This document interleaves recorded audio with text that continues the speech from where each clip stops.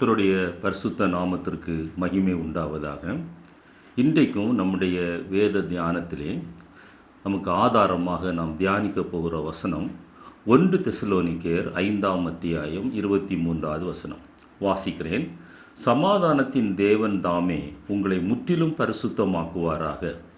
உங்கள் ஆவி, ஆத்துமா, சரீரம் முழுவதும் நம்முடைய கர்த்தராய் இயேசு கிறிஸ்து வரும்போது குற்றமற்றதாய் இருக்கும்படி காக்கப்படுவதாக. ஒரு நிமிடம் நம்முடைய கண்களை மூடி கர்த்தரை நோக்கி பார்ப்போம். நல்ல பிதாவே, நாங்கள் உம்மை நன்றியோடு கூட துதிக்கிறோம். நல்ல தேவனே, உம்மை துதிக்கிறோம். ஆண்டவரே, இன்றைக்கும் இந்த எங்களுடைய ஆவி, ஆத்துமா, சரீரம் உம்முடைய வருகையில் அல்லது எங்களுடைய மரணத்தின் நாட்களில் ஆண்டவரே, உம்முடைய பார்வையில் அது குற்றமற்றதாக காக்கப்படும்படி கர்த்தர் இந்த நாளில் எங்களுக்கு கற்றுக் கொடுக்கும்படியாய் ஜெபிக்கிறோம். பேசுகிற எனக்கும் கேட்கிற ஒவ்வொருவருக்கும் ஆண்டவரே, அந்த அனுபவத்தை நீர் கொண்டு வரும்படியாய் ஜெபிக்கிறோம். அடியானே, நீர் முற்றிலும் மறைத்து தகப்பனே, நீர் வெளிப்படும்படியாக நாங்கள் ஜெபிக்கிறோம். ஆண்டவரே, ஆவியானவர் என்னை முற்றிலும் ஆளுகை செய்யும்படியாய் ஜெபிக்கிறோம். மாம்சீகத்தின் கூறுகள் எதுவும் என்னிடத்திலிருந்து வெளிப்படாதபடி தேவரீர் பாதுகாக்கும்படியாய் ஜெபிக்கிறோம். இயேசு கிறிஸ்துவின் விலையேறப்பெற்ற நாமத்தில் ஜெபிக்கிறோம். ஜெபங்கேளும் ஜீவனுள்ள எங்கள் நல்ல பிதாவே, ஆமென். ஆவி, ஆத்துமா, சரீரம் கரைதிரையற்றதாக குற்றமற்றதாக காக்கப்படுகிற ஒரு அனுபவத்தை குறித்து நான் இன்றைக்கு உங்களோடு கூட நான் பேச விரும்புகிறேன். எங்களுடைய இந்த ஊழியத்தினுடைய தலையாய நோக்கமே நம்மை பரிசுத்தத்திற்கு நேராக அழைத்து செல்கிற ஒரு அனுபவத்தில் பேசுகிற நாங்களும் கேட்கிற நீங்களும் வளர வேண்டும் என்பது தான். இந்த எடிஃபிகேஷன் என்று ஆங்கிலத்திலே சொல்வார்கள். அதுதான் இதனுடைய முக்கியமான நோக்கம். மனிதனுடைய உடலிலே 3 கூறுகள் இருக்கிறது: ஆவி, ஆத்துமா, சரீரம். நான் இதை குறித்து என்னுடைய புத்தகங்கள், பரிசுத்த வேதாகம சத்தியங்கள் ஒரு வழிகாட்டி என்ற புத்தகத்திலே ஊழியர்கள் என்கிற தலைப்பிலே இதை குறித்து நான் எழுதியிருக்கிறேன். முடிந்தால் வாங்கி வாசித்து பாருங்கள். உலக பிரகாரமாக ஒரு மனிதனை அவனுடைய சரீர தோற்றத்தை வைத்து ஜனங்கள் பார்க்கிறார்கள். உலக பிரகாரமாக நாம் அப்படித்தான் பார்க்கிறோம். ஆவிக்குரிய பிரகாரமாக நாம் பார்க்கும்போது அந்த சரீரத்தை பார்க்காமல் அந்த மனிதனுக்கு உள்ள இருக்கிற ஆவியை ஆண்டவர் பார்க்கிறார். இன்றைக்கு உலகம் இதை அறிந்து கொள்ளவில்லை. எனவே தான் நான் பின்னாலே வருகிறேன், அதற்குரிய காரியங்களை சொல்கிறேன். பவுல் அப்போஸ்தலர் 2 கொரிந்தியர் 5ஆம் அத்தியாயம் 1வது வசனத்தை அவர்கள் சொல்லும்போது, இந்த பூமிக்குரிய கூடாரமாகிய இந்த சரீரம் அழிந்து போனாலும் கைவேலை இல்லாத நித்திய வீடு ஒன்று நமக்கு இருக்கிறது என்று அவர் சொல்லியிருக்கிறார். இயேசுவே மகா பெரிய கூடாரம், பெரிதும் உத்தமமான கூடாரம் என்கிற செய்தியிலே நான் மிக விரிவாக அதை குறித்து பேசியிருக்கிறேன். எனவே நாம் காண்கிற அல்லது இந்த உலகம் காண்கிற இந்த சரீரம் ஒரு வாடகை வீட்டை போன்றது. வாடகை வீட்டில் குடியிருக்கிறவங்கள் காலம் வரும்போது ஓனர் சொல்வார், நீங்கள் காலி பண்ணுங்கன்னு சொல்லும்போது அந்த வீடை காலி பண்ணி அவங்க கடந்து செல்ல வேண்டும். அல்லது அவர்களுக்கு அந்த வீடு தேவையில்லை என்று நினைக்கும் போது அவர்கள் காலி செல்வார். அதே போலத்தான் ஒன்று மரணம் நம்மை ஆவி, ஆத்துமா, சரீரத்திலிருந்து பிரிக்கிறது, அல்லது ஆண்டவருடைய வருகை பிரித்தெடுக்கிறது. இது எது முந்தி சம்பவித்தாலும் நம்முடைய ஆவி, ஆத்துமா, சரீரம் கர்த்தருடைய பார்வையில் கரைதிரையற்றதாய் குற்றமற்றதாய் காக்கப்பட வேண்டும். சரீரத்தில் மனிதனுடைய ஆவி அல்லது மனிதனே சரீரத்தில் குடியிருக்கிறான் என்று நாம் சொல்ல முடியும். தேவன் மனிதனை மண்ணிலிருந்து உருவாக்கினார். அது சரீரம். அந்த சரீரம் கிரியை இல்லாதது இருந்தது. அது ஒரு பொம்மையை போல இருந்தது. வேதம் சொல்கிறது, ஆதியாகமம் 2ஆம் அத்தியாயம் 7வது வசனத்தில், தேவன் தமது ஜீவ சுவாசத்தை அல்லது அவருடைய ஆவியை அந்த மண்ணினால் உருவாக்கப்பட்ட உருவத்திற்குள் ஊதின போதுதான் அவன் ஜீவ ஆத்துமா ஆனான். என்னை கேட்டுக்கொண்டிருக்கிற அருமையான தேவனுடைய பிள்ளை, கொஞ்சம் கடினமான ஒரு சப்ஜெக்ட், நன்றாக கவனியுங்கள். ஆவியும் ஆத்துமாவும் தனித்தன்மையுடன் காணப்பட்டாலும் அது சேர்ந்து செயல்படுகிறது. ஒரு மனிதனுடைய முக்கூறுகள், ஒன்று சரீரம், இன்னொன்று ஆவி, இன்னொன்று ஆத்துமா. அந்த ரெண்டும் இணைந்து செயல்படுகிறது. மரணமே உன் கூரெங்கே என்கிற ஒரு செய்தியிலையும் நான் இதை குறித்து விவரமாக பேசியிருக்கிறேன். இந்த ஜீவ ஆத்துமா சரீரத்தை விட்டு பிரிகிற அனுபவம், அல்லது ஆவி நம்முடைய சரீரத்தை விட்டு பிரிகிற அனுபவத்தை தான் நாம் மரணம் என்கிறோம். ஒரு தேவனுடைய பிள்ளை மரிக்கும்போது கலக்கம் இல்லை, கவலை இல்லை, சஞ்சலம் இல்லை, பதட்டம் இல்லை. ஏனென்றால் அவர் தந்த ஆவி திரும்ப அவரிடத்திலே போய் சேருகிற ஒரு நிச்சயம் அவனுக்கு இருக்கிறது. ஆனால் அவரை ஏற்றுக்கொள்ளாத ஒரு மனிதன், ஆண்டவராய் இயேசு கிறிஸ்துவை தன்னுடைய வாழ்க்கையிலே சொந்த இரட்சகராக ஏற்றுக்கொள்ளாத ஒரு மனிதனுடைய வாழ்க்கையிலே அந்த நிச்சயம் இல்லை. மரண பயம் அவனை வாட்டி வதைக்கிறது. மரணம் வந்துவிடுமோ என்று அநேகர் கவலைப்படுகிறார்கள். ஆனால் ஆவிக்குரிய ஜீவியத்தில் ஆண்டவரை ஏற்றுக்கொண்டவர்களை குறித்து நான் இப்பொழுது அதிகமாக நான் பேச விரும்புகிறேன். நம்முடைய ஆவியும் பரிசுத்த ஆவியானவருடைய ஆவியும் தொடர்பு கொண்டு ஒன்றோடு ஒன்று செயல்படுகிற அனுபவம் தான் ஆவியானவரால் நடத்தப்படுகிற அனுபவம். இதை ரோமர் 8ஆம் அத்தியாயத்திலே பல வசனங்கள் நமக்கு சுட்டி காட்டுகிறது. பரிசுத்த ஆவி நம்மில் தொடர்ந்து கிரியை செய்து அவர் நம்மை நடத்தி செல்கிறார். ஒரு வசனத்தை மாத்திரம் உங்களுக்கு வாசிக்கிறேன். ரோமர் 8:16 நாம் தேவனுடைய பிள்ளைகளாய் இருக்கிறோம் என்று ஆவியானவர் தாமே நம்முடைய ஆவியோடு கூட சாட்சி கொடுக்கிறார். இந்த அனுபவம் நம்முடைய வாழ்க்கையில் இருக்கிறதா? அப்படிப்பட்டவர்கள் தான் அவர்களுடைய ஆவி, ஆத்துமா, சரீரத்தை குற்றமற்றதாக காத்துக்கொள்ள வேண்டும். நம்முடைய ஆவி நம்முடைய இருதயத்திற்குள்ளே வாசம் பண்ணுகிறது. நம்முடைய ஆத்துமா அல்லது நம்முடைய சிந்தை, அதை இன்னும் எளிதாக சொன்னால் நம்முடைய மூளையோடு கூட அது இணைந்து செயல்படுகிறது. நம்ம மூளையில் சிந்திப்பதை இருதயத்தில் நாம் அதை பெற்றுக்கொள்கிறோம். மூளை அல்லது சிந்தை, இது அதனிலிருந்து வருகிற எண்ணங்கள், நினைவுகள், ஆசைகள், விருப்பங்கள், நோக்கங்கள் எல்லாம் நம்முடைய இருதயத்தை வந்து அடைகிறது. இவ்வாறாக ஆத்துமாவும் ஆவியும் இணைந்து செயல்படுகிறது. ஆனால் இதயம் வேற, இருதயம் வேற, ஆவி வேற, ரெண்டும் ஒன்றென்று நாம் எண்ணிவிடக்கூடாது. அந்த இருதயமும் மூளையும் அந்த சரீர உறுப்புகள், இதை நாம் பார்க்க முடிகிறது. ஒரு மனிதன் இறந்த பிறகோ அல்லது ஒரு அறுவை சிகிச்சையிலோ அல்லது மருத்துவக் கல்லூரி மாணவர்கள் இதெல்லாம் பார்ப்பதற்கு அவர்களுக்கு வாய்ப்பு இருக்கிறது. இந்த பார்க்கக்கூடிய இந்த 2 உறுப்புகளும் அனித்தியமானது. மரணத்திலே அது அழிந்து போகிறதாய் காணப்படுகிறது. ஆனால் ஆவி, ஆத்மாவை நீங்களும் நானும் பார்க்க முடியாது, உணர முடியும். காற்றை எப்படி நீங்களும் நானும் பார்க்க முடியாதோ, உணர முடிகிறதோ, அதே போல நீங்களும் நானும் உணர முடியும். இதைத்தான் 2 கொரிந்தியர் 4ஆம் அத்தியாயம் 18வது வசனத்திலே அவர் சொல்லுகிறார். காணப்படுகிறவைகள் அனித்தியமானவைகள், காணப்படாதவைகளோ நித்தியமானவைகள். நீங்கள் ஆவியையும் உங்களால் பார்க்க முடியாது, ஆத்துமாவையும் பார்க்க முடியாது. ஆனால் இருதயத்தை பார்க்க முடியும், மூளையை நீங்கள் பார்க்க முடியும். இந்த ரோமர் 8:16 நாம் தேவனுடைய பிள்ளைகளாகும்போது பரிசுத்த ஆவியானவர் நம்முடைய ஆவியோடு இணைந்து சாட்சி கொடுக்கிறார் என்று நாம் பார்த்தோம். இது இப்படித்தான் ஒரு கிறிஸ்தவ ஜீவியத்திலே, கிறிஸ்தவ வாழ்க்கையிலே நடந்து கொண்டிருக்கிறது. இந்த ஆவியோடு இணைந்து செயல்படுகிற அனுபவம் எப்பொழுது வருகிறது? நான் ஆண்டவராய் இயேசு கிறிஸ்துவினால், அவருடைய திரு இரத்தத்தினால், பாவமற்ற பரிசுத்த இரத்தத்தினால் பாவமற கழுவப்பட்டேன், என்னுடைய பாவங்கள் மன்னிக்கப்பட்டது, நான் இனி இயேசுவுக்காக வாழுகிறேன் என்கிற ரட்சிப்பின் நிச்சயம் பெற்றவர்களுக்கு தான் இந்த பரிசுத்த ஆவியானவரும் மனிதனுடைய ஆவியானவரும் இணைந்து செயல்படுகிற ஒரு அனுபவத்திற்குள்ளாய் கடந்து வரார்கள். அதோடு மாத்திரமல்ல, அப்படிப்பட்ட மனிதனுடைய வாழ்க்கையிலே ஒரு ரட்சிப்பின் சந்தோஷம் காணப்படும். இது முதலாவது நாம் விளங்கிக் கொள்ள வேண்டிய பாடம். நான் இந்த ஆவி, ஆத்துமா, சரீரத்திலே ஒரு 15 குறிப்புகளை உங்களுக்கு சுட்டி காட்ட விரும்புகிறேன். இது நம்முடைய வாழ்க்கையிலே எப்படி இருக்கிறது என்று நம்மை நாமே நிதானித்து அறிந்தால் நியாயம் தீர்க்கப்படும். அது ஒரு ரட்சிப்பின் சந்தோஷம் இருக்கிறது, ஒரு ரட்சிப்பின் நிச்சயம் இருக்கிறது.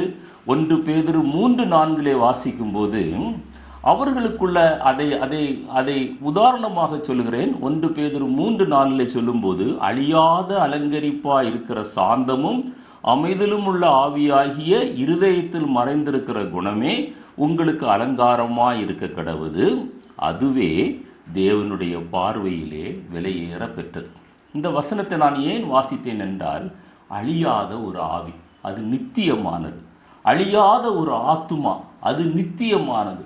பார்க்கிற மூளை, பார்க்கிற இருதயம், பார்க்கிற சரீரம் அழிந்து மண்ணோடு மண்ணாக போய்விடும் அல்லது எரிக்கப்பட்டு சாம்பலாய் போய்விடும். எந்த முறைமையிலே கையாளுகிறார்களோ அதை பொறுத்தது. ஆனால் அழியாத ஆத்துமாவும் அழியாத ஒரு ஆவியும் இருக்கிறது. அதைத்தான் பேதுரு நமக்கு சுட்டி காட்டுகிறார்.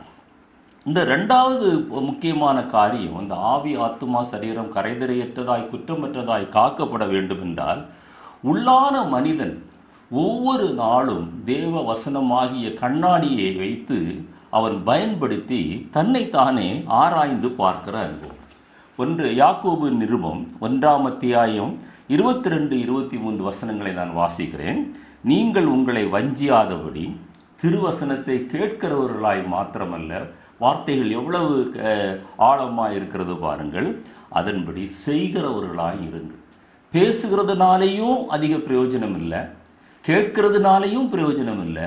அதிக பிரயோஜனம் எதில் வருகிறது என்றால் அதன்படி நாம் செய்கிறது. பேசுகிற நான் அதன்படி செய்யாதிருந்தால் என்னுடைய ஆவி ஆத்துமா சரீரத்தை நான் காக்க முடியாது. கேட்கிற நீங்கள் அதன்படி நடவாதிருந்தால் நீங்களும் அதை காக்க முடியாது. எண்ணத்தினால் எனில் ஒருவன் திருவசனத்தை கேட்டும் அதன்படி செய்யாதவனானால் கண்ணாடியில் தன் முகத்தை பார்க்கிற மனுஷனுக்கு ஒப்பா இருக்கிறான். முகத்தை பார்க்கிறான், முகம் அழுக்காக இருக்கிறது, தலை கொலைந்திருக்கிறது. ஆனால் அந்த தலையை வாராம அந்த முகத்தை சுத்தம் பண்ணாமல் இருக்கிற ஒரு மனிதனுக்கு ஒப்பாகத்தான் நம்முடைய ஆவிக்குரிய ஜீவியம் காணப்படும். என்னை கேட்டுக்கொண்டிருக்கிற தேவனுடைய பிள்ளையே, இப்படிப்பட்ட ஒரு அனுபவம் நம்முடைய வாழ்க்கையில் வேத வசனத்தை கேட்கும்போது, அதை தியானிக்கும்போது, நான் இதை அபியாசப்படுத்துகிறேனா, என்னுடைய வாழ்க்கையிலே இது நடைபெறுகிறதா என்று ஆராய்ந்து பார்க்கிற ஒரு அனுபவம் தான் ஆவி ஆத்துமா சரீரத்தை கரைதரையற்றதாய் குற்றமற்றதாய் காக்க முடியும். அடுத்ததாக மூன்றாவதாக, தேவனுடைய ஆவியும் மனிதனுடைய இருதயமும் சேரும்போது ஒரு நலமான சதையான இருதயத்தை ஆண்டவர் உண்டு பண்ணுகிறார். எப்படிப்பட்ட கல்லான இருதயமாக இருந்தாலும், அதற்கு முன்பு எவ்வளவு திருக்குள்ள கேடுள்ள இருதயமாக இருந்தாலும், ஒரு மனிதனுடைய இருதயத்தில் அந்த தேவனுடைய ஆவி இணையும் போது ஆண்டவர் அந்த இருதயத்தை மாற்றுகிறார். அப்பொழுது அவன் வேத வசனங்களுக்கு கீழ்ப்படுகிறான், பரிசுத்தத்தை அவன் நாடி செல்கிறான். அதைத்தான் எசேக்கியேல் தீர்க்கதரிசியின் புத்தகத்தில் 36ஆம் அத்தியாயத்தில் 26, 27 வசனங்கள் சொல்லுகிறது. உங்களுக்கு நவமான இருதயத்தை கொடுத்து, கொஞ்சம் பொறுமையாக கவனியுங்கள், உங்கள் உள்ளத்திலே புதிதான ஆவியை கட்டளையிட்டு, ஒரு நவமான ஐ வில் கிவ் யூ, அந்த உங்களுக்கு கொடுக்கறதுல ஆங்கில வேதாகமம் சொல்லுகிறது ஐ வில் கிவ் யூ. உங்கள் உள்ளத்திலே புதிதான ஆவி என்கிற இடத்திலே கிவ் வித்தின் யூ என்று ஆண்டவர் சொல்கிறார். உனக்கு உள்ளத்தில் ஒரு புதிதான ஆவியை தந்து கல்லான இருதயத்தை உங்கள் மாம்சத்திலிருந்து எடுத்து போட்டு சதையான இருதயத்தை உங்களுக்கு கொடுப்பேன். உங்கள் உள்ளத்திலே என் ஆவியை வைத்து உங்களை என் கட்டளைகளில் நடக்கவும் என் நியாயங்களை கைக்கொள்ளவும் அவைகளின்படி செய்யவும் பண்ணுவேன். கட்டளைகளின்படி நடக்கிறது, கட்டளைகளின்படி செய்கிறது, இது ரெண்டும் செய்கிற ஒரு மனிதன்தான் ஆவி ஆத்துமா சரீரத்தை தேவன் விரும்புகிற வண்ணமாக அவன் தன்னுடைய வாழ்க்கையிலே காத்து கொள்கிறான். நான்காவதாக, ஒரு மனிதனுடைய வாழ்க்கையிலே பாவம் வரும்போது, பாவம் அது செயலாகவும் வரலாம் அல்லது எண்ணங்களிலும் சிந்தனைகளிலும் வரலாம். அது எப்படி வந்தாலும் அந்த இருதயம் திருக்குள்ள கேடுள்ள இருதயமாக புறப்படும். அப்படிப்பட்ட இருதயத்திலிருந்து அந்த சிந்தனைகள் வரக்கூடிய சிந்தனைகள் அவனை தீட்டுப்படுத்தி கொண்டே இருக்கும். நன்றாக கவனியுங்கள். ஒரு பார்வை தகாத ஒரு பார்வை, அது தகாத சிந்தனையை நம்முடைய ஆத்துமாவிலே கொண்டு வருகிறது, மூளையிலே கொண்டு வருகிறது. அது இருதயத்திற்கு நேராக கடந்து வருகிறது. கடைசியாக அது சரீரத்துக்குள்ள வந்து அது பாவமாக செயல்படுகிறது. இப்படிப்பட்ட நிலைமையில தான் நம்முடைய ஆவி ஆத்துமா சரீரம் செயல்படுகிறது. மத்தேயு எழுதின சுவிசேஷம் 15ஆம் அத்தியாயத்தில் 18, 19 வசனங்களை வாசிக்கும்போது, வாயிலிருந்து புறப்படுறவைகள் வாயிலிருந்து புறப்படுகிற வார்த்தை ஆக்சுவலாக எங்கிருந்து வருதான் ஆண்டவர் சொல்கிறாரு, இருதயத்திலிருந்து புறப்பட்டு வரும். அவைகளே மனுஷனை தீட்டுப்படுத்தும். எப்படி எனில், இருதயத்திலிருந்து பொல்லாத சிந்தனைகளும் கொலைபாதகங்களும் விபச்சாரங்களும் வேசித்தனங்களும் களவுகளும் பொய் சாட்சிகளும் தூசணங்களும் புறப்பட்டு வரும். இருதயத்துக்கு எங்கே இருந்து வந்தது? மூளையிலிருந்து வந்தது. மூளை எப்படி வந்தது? ஒரு சின்ன பார்வை இல்லை ஒரு சின்ன சிந்தனை, அது மூளையில் வந்து இருதயத்தில் வந்து அது மனிதனுடைய சரீரத்தில் வந்து அவனை தீட்டுப்படுத்தி அவனை ஒரு பாவத்தை செய்ய வைக்கிறது. அப்பொழுது ஆவி ஆத்துமா சரீரம் கரைதரையற்றதாய் பாதுகாக்க முடியாத ஒரு அபாயகரமான நிலைமைக்குள்ளே மனிதன் கடந்து போகிறான். மத்தேயு 23:28 வாசிக்கும் போது 27வது வசனத்தில் சொல்றாரு, அங்கிருந்த பரிசேயரை பார்த்து வெள்ளையடிக்கப்பட்ட கல்லறைகளைப் போல என்று சொல்லிவிட்டு சொல்கிறார், மனுஷனுக்கு முன்பாக நீதிமான்கள் என்று புறம்பே காணப்படுகிறீர்கள். இன்றைக்கு நம்ம ஒரு வஸ்திரத்தின் மூலமாகவோ நம்முடைய தோற்றத்தின் மூலமாகவோ நம்மை நீதிமான்கள் என்று உலகத்திற்கு நம்மை காட்டலாம். ஆனால் ஆண்டவர் நம்மை எச்சரிக்கிறார், உள்ளத்திலோ மாயத்தினாலும் அக்கிரமத்தினாலும் நிறைந்திருக்கிறீர்கள். நாம் அப்படி இருக்கிறோமா? அப்படி இருந்தால் நம்முடைய ஆவிய ஆத்துமா சரீரத்தை கரைதிரையற்றதாய் குற்றமற்றதாய் காத்து கொள்ள முடியாது. அதே ஆண்டவராய் இயேசு கிறிஸ்து திரும்ப சொல்கிறார் 9:4, நீங்கள் உங்கள் இருதயங்களில் பொல்லாதவைகளை சிந்திக்கிறது என்ன? பொல்லாதவைகளை சிந்திக்கிறது என்ன? மற்றவர்களுக்கு விரோதமாக, மற்றவர்களை பற்றி தவறாக அப்படிப்பட்ட எண்ணங்கள் நம்முடைய வாழ்க்கையில் இருதயத்தில் இருந்தால் ஆவி ஆத்துமா சரீரம் கரைப்பட்டு கொண்டிருக்கிறது, தீட்டுப்படுத்தி கொண்டிருக்கிறோம். ஆண்டவர் அதை நம்முடைய வாழ்க்கையில் விரும்பவில்லை. 5வதாக நான் சுட்டி காட்ட விரும்பும் காரியம், தேவ ஆவி நாம் பாவம் செய்யும்போது நம்மோடு தொடர்பு கொள்கிறது. அதை இன்னும் அழகாக சொன்னால் நம்மோடு போராடுகிறார். ஆவியானவர் நம்மோடு போராடுகிறார். அப்பொழுது நம்முடைய இருதயத்தில் ஒரு குற்ற உணர்வு வருகிறது. இருதயத்தில் நீங்களும் நானும் குற்றப்படுத்துகிறோம். அதைத்தான் 1 யோவான் 3ஆம் அத்தியாயத்தில் 20வது வசனத்தில் அப்போஸ்தலர் சொல்லும்போது அருமையாக சொல்லுவார், நம்முடைய இருதயமே நம்மை குற்றவாளிகளாக தீர்க்குமானால் தேவன் நம்முடைய இருதயத்திலும் பெரியவராய் இருந்து சகலவற்றையும் அறிந்திருக்கிறார். மனுஷனுக்கு முன்பாக அநேக காரியங்களை நம்ம மூடி மறைக்கலாம், அநேக சாக்கு போக்குகளை சொல்லலாம், தட்டி கழிக்கலாம். ஆனால் வேதம் என்ன சொல்கிறது தெரியுமா? அவருடைய பார்வையில் எல்லாம் வெளியரங்கமாயும் நிர்வாணமாயும் இருக்கிறது. அவருக்கு மறைவான நம்முடைய சிந்தனை ஒன்றுமே இல்லை. அவருக்கு மறைவாக நம்மிடத்தில் ஒரு எண்ணம் இருக்க முடியாது. அவருக்கு மறைவாக நம்முடைய செயல்கள் இருக்க முடியாது. வானத்தின் உயரத்திற்கு போனாலும் கடலின் ஆழத்திற்கு போனாலும் எங்கே சென்றாலும் நீர் என்னை காண்கிறீர் என்று சங்கீதக்காரன் சொல்லுகிறார். ஆண்டவர் நம்மை கவனித்து கொண்டிருக்கிற ஆண்டவர். பாருங்க, அந்த வேத வசனங்கள், அடுத்தது நீங்கள் ஒரு பாவ உணர்வோடு வேத வசனத்தை வாசித்து பாருங்க, உங்களுடைய இருதயத்தில் ஒரு தாக்கம் ஏற்படும். வசனம் உங்களுடைய இருதயத்தை குத்தும், பட்டயம் போல ஊடுருவி செல்லும், கண்டித்து உணர்த்தும். நீங்கள் இடம் கொடுத்தீங்கன்னா உங்களை வழி நடத்தும், திரும்பவும் உங்களை அந்த மேலான நிலைமைக்கு கொண்டு வரும். அதைத்தான் அப்போஸ்தலர் 2:37 வாசிக்கிறோம். பெந்தெகோஸ்து நாள் முடிந்தவுடன் பேதுரு பிரசங்கிக்கிறார். பரிசுத்த ஆவியின் அபிஷேகத்தை பெற்று அதுவரை மறுதலித்த பேதுரு இப்பொழுது முழு தைரியத்தோடு, அதுதான் ஆவியானவரால் நடத்தப்படுகிற அனுபவம், அவர் பிரசங்கிக்கிறார். இதை அவர்கள் கேட்ட பொழுது, அங்கிருந்த ஜனங்கள் கேட்டபோது இருதயத்தில் குத்தப்பட்டவர்களாகி பேதுருவையும் மற்ற அப்போஸ்தலரையும் பார்த்து, சகோதரரே நாங்கள் என்ன செய்ய வேண்டும் என்றார்.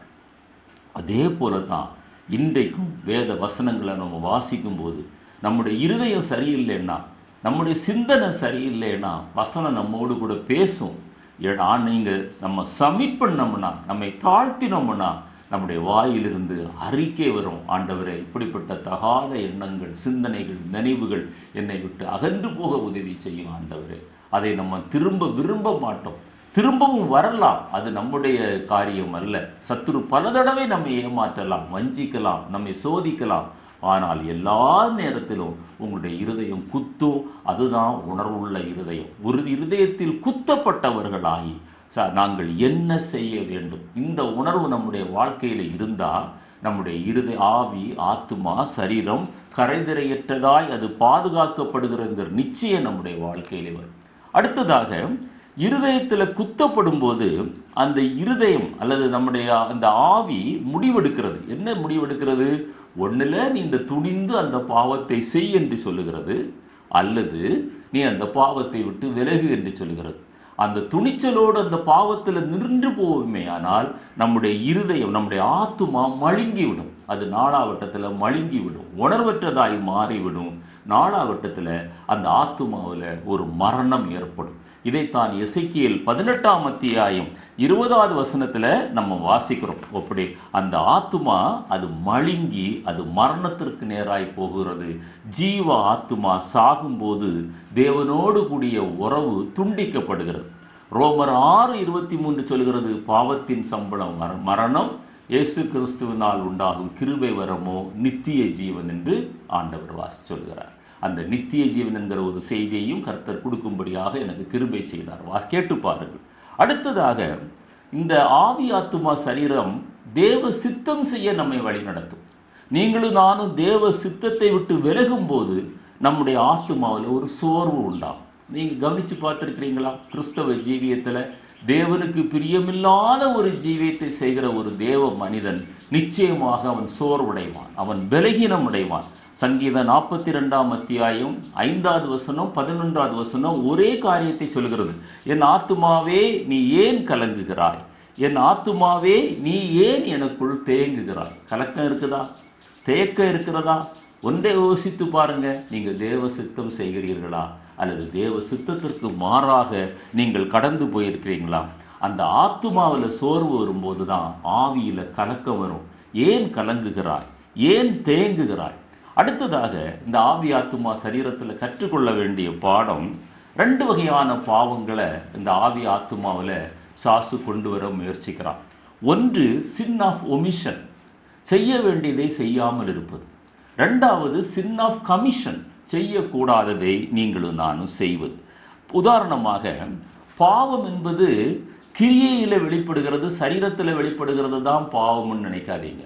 நம்முடைய சிந்தனையில் வெளிப்படுகிறதும் பாவம்தான். மத்தேயு 5:28 அதுதான் ஆண்டவராக இயேசு கிறிஸ்து சொன்னார், ஒரு ஸ்திரீயை நீ இச்சையோடு கூட பார்த்தால் போதும், அவளோடு கூட நீ விபச்சாரம் பண்ணி ஆகிவிட்டது. நம்முடைய சிந்தையை காக்க வேண்டும், நம்முடைய எண்ணங்களை காக்க வேண்டும், 5 புலன்களையும் அடக்கி ஆளுகை செய்ய வேண்டும். அந்த கண்ணு தான் அந்த இது மெயின் கேட், அந்த பாவத்திற்கு வழி திறக்கிற மெயின் கேட்டே கண்ணு தான். கண்களுக்கு கலிங்கம் போட வேண்டும் என்று ஆவியானவர் சொல்லுகிறார். அடுத்ததாக, ஆவி எப்பொழுதுமே மாம்சத்திற்கு விரோதமாகும். எந்த ஆவி? தேவனால் நடத்தப்பட்டு கொண்டிருக்கிற ஆவி, அது மாம்சத்திற்கு விரோதமாகவும் மாம்சம் ஆவிக்கு விரோதமாகவும் போர் செய்கிறது என்று கலாத்தியர் 5:17 நாம் வாசிக்கிறோம். மாம்சம் ஆவிக்கு விரோதமாகவும் ஆவி மாம்சத்துக்கு விரோதமாகவும் இச்சிக்கிறது. இச்சை தான் வரும் முதல்ல. அது அந்த ஏதேன் தோட்டத்தில் ஆரம்பித்தது. கண்களின் இச்சை, மாம்சத்தின் இச்சை, ஜீவனத்தின் பெருமை, முக்கூறு ஆயுதங்கள். அன்றைக்கு பிசாசு பயன்படுத்தின அதே ஆயுதங்களைத்தான் இன்றைக்கும் பயன்படுத்துகிறான். மாம்சம் ஆவிக்கு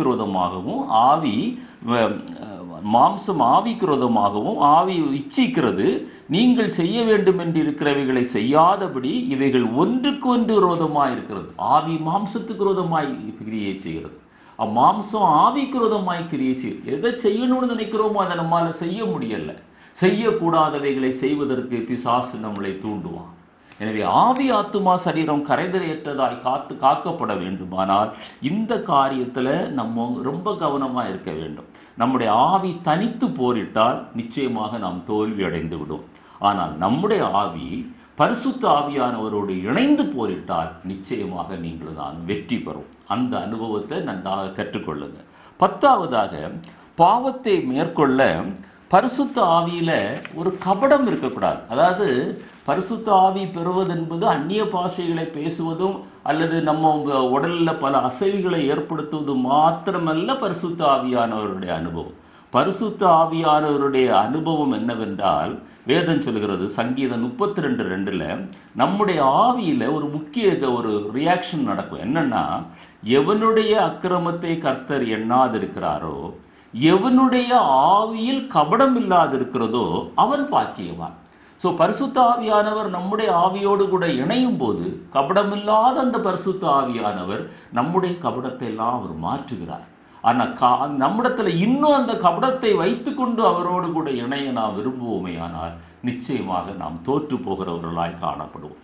பரிசுத்த ஆவியில் களி கூறுகிற அனுபவம் நமக்கு வேண்டும். அன்னால பாருங்க, என் ஆத்துமா கர்த்தருக்குள் களி கூறுகிறது என்று 1 சாமுவேல் 2:1 வாசிக்கிறோம். மரியாள், என் ஆவி என் இரட்சகரில் களி கூறுகிறது, லூக்கா 2:7 வாசிக்கிறோம். பரிசுத்த ஆவியில கம்பீரித்து மகள வேண்டும். அதிகாலையில தேவனை துதித்து பரிசுத்த ஆவியில நிரம்பி அந்நிய பாஷையில பேசும்போது ஆவியானவர் நம்முடைய ஆவியோடு கூட இணைந்து பாவ சிந்தனைகள், பாவ எண்ணங்களை கொஞ்சம் கொஞ்சமாய் நம்முடைய வாழ்க்கையில் இருந்து அகற்றி, சிலருடைய வாழ்க்கையில உடனே அகற்றி அவர்களை பரிசுத்தத்திற்கு நேராக நடத்தி செல்கிறார். லூக்கா 2:46 மரியாள் திரும்பவும் சொல்கிறாள், என் ஆத்துமா கம்பீரித்து கர்த்தரை மகிமைப்படுத்துகிறது. அதுபோல நீங்களும் நானும் ஆண்டவரை மகிமைப்படுத்த வேண்டும். நம்முடைய பாடலாலும் நம்முடைய துதியாலும் எப்படி ஆவியானவருடைய பரிசுத்த ஆவியானவரோடு நம்முடைய ஆவியை இணைய செய்து நீங்கள் ஜெபத்தில் ஆண்டவரை துதிக்க வேண்டும், கம்பீரித்து மகிழ வேண்டும். 2 கொரிந்தியர் 7:1 அதை நீங்கள் வாசிக்க முடியும்.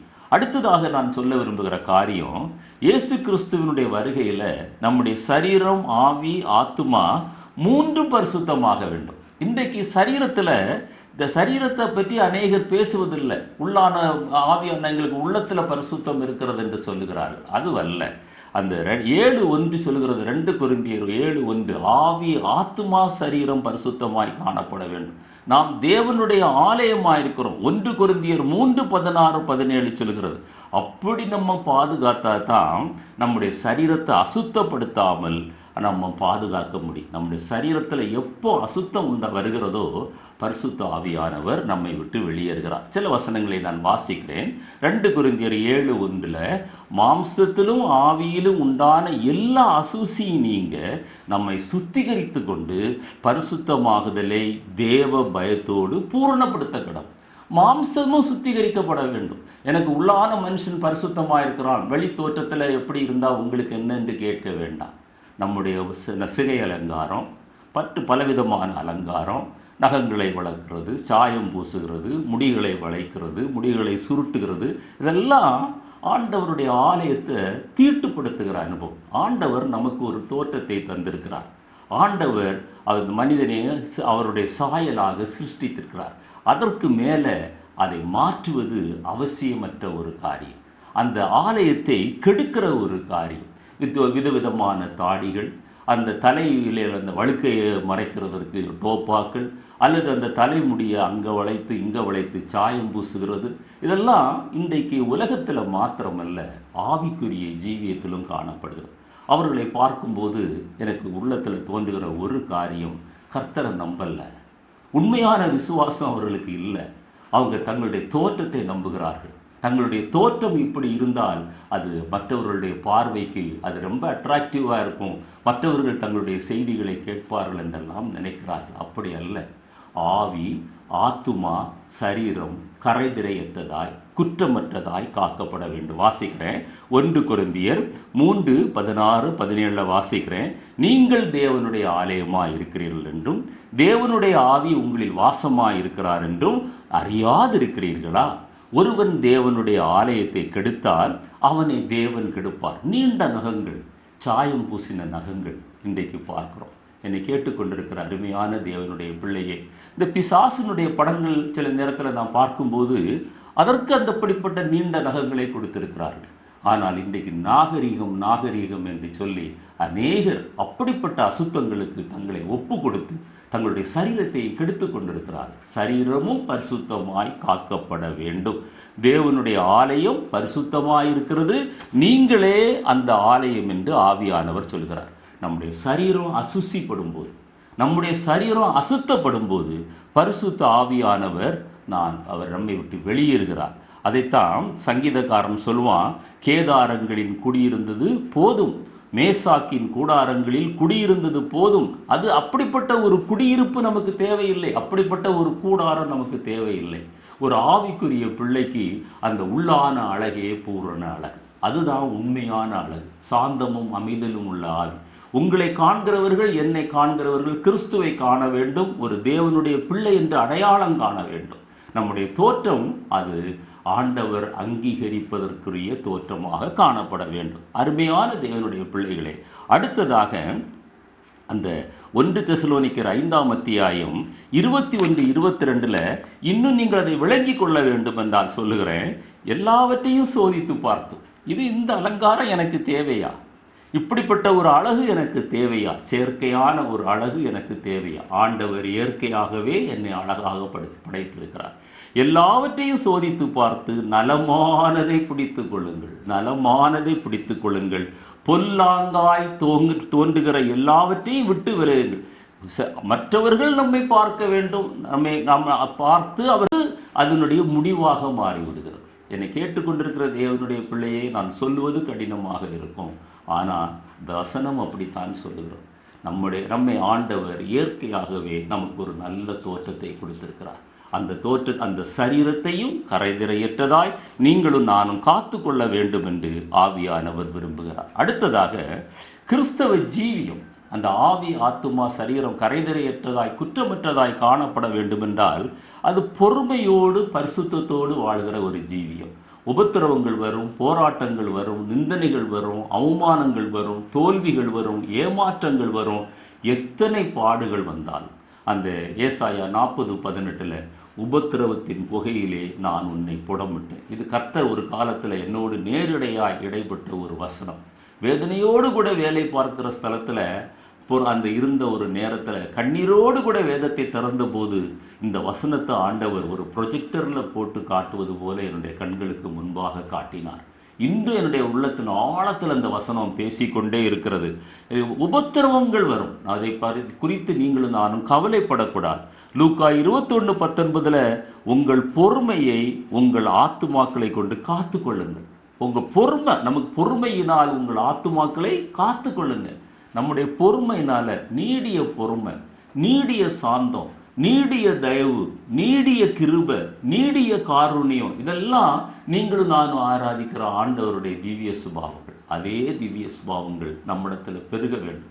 உங்கள் பொறுமையினால் உங்கள் ஆத்துமாக்களை காத்து கொள்ளுங்கள். எவ்வளவு தோல்விகள், எவ்வளவு அவமானங்கள், எவ்வளவு போராட்டங்கள், நிந்தைகள், பொய் குற்றச்சாட்டுகள், எல்லாவற்றுக்கும் மத்தியிலும் நம்முடைய ஆத்துமா கலங்கவே கூடாது. ஆத்துமாவில் ஒரு தூசு படியவே கூடாது. ஒரு வெறுப்பு வரக்கூடாது, ஒரு ஏமாற்றம் வரக்கூடாது, ஒரு கசப்பு வரக்கூடாது, பழி வாங்குகிற குணம் வரக்கூடாது. அதே ஆண்டவர் நம்முடைய வாழ்க்கையில் விரும்புகிறார். யோபுவினுடைய பொறுமையை பற்றி கேள்விப்பட்டிருக்கிறீர்களே என்று யாக்கோபு 5:11 வாசிக்கிறோம். அதைவிட மேலான பொறுமையை ஆண்டவர் நம்மிடத்தில் எதிர்பார்க்கிறார். யோபு பழைய ஏற்பாட்டு கால பரிசுத்தவான், இயேசு கிறிஸ்துவை அறியாத ஒரு மனிதன். நீங்களும் நானும் இயேசு கிறிஸ்துவை அறிந்தவர்கள், ஏற்றுக்கொண்டவர்கள். அந்த யோபுவினுடைய பொறுமையை காட்டிலும் நம்முடைய பொறுமை அதிகமாக இருக்கிறதா? அடுத்ததாக கிறிஸ்தவ ஜீவியத்தில் ஆத்துமாவும் ஆவியும் சரீரமும் கரைதிரையற்றதாய் பாதுகாக்கப்பட வேண்டும் என்றால் 103 சங்கீதம் 1-2 வசனங்களின்படி நம்ம ஒரு நன்றி உள்ள ஜீவியம். என் ஆத்துமாவே கர்த்தரை ஸ்தோத்திரி, என் முழு உள்ளமே அவருடைய பரிசுத்த நாமத்தை ஸ்தோத்திரி, அவர் செய்த உபகாரங்களை நீ மறவாது. ஒவ்வொரு நாளும் அதிகாலையில் எழும்பி, அது வரைக்கும் கர்த்தர் நம்மை பாதுகாத்தாரு. முதல்ல ஆண்டவரே, என்னுடைய வாய்ஸு நாளில் ஒரு நாளை நீர் கூட்டி கொடுத்துருக்கிறீரப்பா. எத்தனையோ பேர் தூக்கத்தில் மரித்து போகிறாங்க. நான் ஜீவனோடு சுகத்தோடு பலத்தோடு எழும்ப எனக்கு உதவி செய்திருக்கிறீங்க. சமாதானமாய் சந்தோஷமாய் என்னுடைய ஆத்துமா இன்றைக்கு கம்பீரித்து மகிழ்கிறது என்றால் நீர் என்மேல் பாராட்டின ஒரு கிருபை ஆண்டவரே. அப்படிப்பட்ட ஒரு நன்றி உள்ள ஒரு ஜீவியத்தை ஆண்டவர் நம்முடைய வாழ்க்கையில் அவர் எதிர்பார்க்கிறார். எபேசியர் 3:16-17 வாசிக்கும் போது அடுத்த ஒரு காரியத்தை சுட்டிக்காட்ட விரும்புகிறேன். அவருடைய பரிசுத்த ஆவியினால நீங்களும் நானும் ஒவ்வொரு நாளும் பலப்படணும். ஒவ்வொரு நாளும் அந்த பரிசுத்த ஆவியானவரால் நம்ம பலப்பட்டு கொண்டே இருக்க வேண்டும். கிறிஸ்து அப்படி இருக்கும்போது தான் இருதயத்தில் அவர் நம்ம வாசம் பண்ண முடியும். அந்த வசனத்தை நான் வாசிக்கிறேன். நீங்கள் அவருடைய ஆவியினாலே உள்ளான மனுஷனில் வல்லமையாய் பலப்படும். யார் உள்ளான மனுஷன்? நம்முடைய ஆவி ஆத்துமா. வெளி மனுஷன்னா இந்த சரீரம். உள்ளான மனுஷனில் வல்லமையாய் பலப்படவும் விசுவாசத்தினாலே கிறிஸ்து உங்கள் இருதயங்களிலே வாசமாய் இருக்கவும் நீங்கள் அன்பில் வேரூன்றி நிலை பெற்றவர்களாகி. அப்படிப்பட்ட ஒரு அனுபவத்தை நாம் காத்து கொண்டாதான் நம்முடைய ஆவி ஆத்துமா சரீரத்தை நாம் காத்து கொள்ள முடியும். உன்னத அழைப்பிற்கு பாத்திரவான்களாய் நடப்போம் என்கிற ஒரு செய்தியில் நான் இந்த காரியத்தை குறித்து அதிகமாய் பேசியிருக்கிறேன். 15வது கடைசியாக ஒரு காரியத்தை நான் சொல்லி முடிக்க விரும்புகிறேன். இந்த ஆவி ஆத்துமா சரீரத்தை குறித்த ஒரு வெளிச்சம் நமக்கு வேணும்னா, இந்த புறம்பான மனிதன், அதாவது இந்த சரீரம், இது பாவம் செய்யும்போது அந்த சரீரம் அழிந்து போகும், ஒரு நாளில் அழிந்து போகும். ஆனால் அந்த உள்ளான மனிதன் இருக்குதே, ஆவி ஆத்துமா, அது ஒரு நாளில் நித்திய நரகத்திற்கு நேராய் கடந்து செல்லும். நன்றாக கவனித்து கொள்ளுங்க. எனவே தான் நம்முடைய ஆவி ஆத்துமா சரீரம் ஒவ்வொரு நாளும் அது புதுப்பிக்கப்பட வேண்டும், கர்த்தருடைய பார்வையில் அங்கீகரிக்கப்பட வேண்டும். கர்த்தர் நம்மை பார்த்து அவர் மனம் மகிழ வேண்டும். இது நம்முடைய பிள்ளை என்று அவர் நம்மை காண வேண்டும். ஆண்டவருடைய சமூகத்தில் நம்முடைய ஆவி ஆத்துமா சரீரம் கரைதிரையற்றதாய் குற்றமற்றதாய் பாதுகாக்க வேண்டும். 2 கொரிந்தியர் 4ஆம் அத்தியாயம் 16-18 வரை வீட்டில் போய் வாசித்து பாருங்க. அந்த 16வது வசனம் இப்படி சொல்கிறது, நாங்கள் சோர்ந்து போகிறதில்லை, நாங்கள் சோர்ந்து போகிறதில்லை. எங்கள் புறம்பான மனுஷன் அழிந்து போனாலும் உள்ளான மனுஷன் நாளுக்கு நாள் புதிதாக்கப்படுகிறான். சரீரத்தில் இளைப்பு வரலாம், நடக்க முடியாது, கூணு விழலாம், சரீரம் தளர்ந்து போகலாம், ஒரு வெயிட்டை கையால் தூக்க முடியல, கை வலிக்குது, பல பலகீனங்கள் நமக்கு இருக்கலாம், கை தடுமாறுகிறது, ஞாபக சக்தி குறைகிறது. வெளியரங்கமான இந்த மனுஷன் தொய்ந்து போய் கொண்டே இருக்கிறான் அல்லது அழிந்து போய் கொண்டே இருக்கிறான். ஒரு நாளில் முற்றிலுமாய் அழிவான். ஆனால் அழியாத நித்தியமான ஒரு ஆவிக்குரிய ஆவியும் ஆத்துமாவும் ஒவ்வொரு நாளும் புதிதாக்கப்படுகிற ஒரு அனுபவம். அந்த அனுபவத்துக்குள்ள ஆண்டவர் உங்களை என்னை அழைக்கிறார். எனவே நம்முடைய ஆவி ஆத்துமா சரீரம், கடைசியாக அந்த வசனத்தை நான் வாசித்து முடிக்க விரும்புகிறேன். 1 தெசலோனிக்கேயர் 5ஆம் அத்தியாயம் 23வது வசனம், சமாதானத்தின் தேவன் தாமே உங்களை முற்றிலும் பரிசுத்தமாக்குவாராக, முற்றிலும் பரிசுத்தமாக்குவாராக.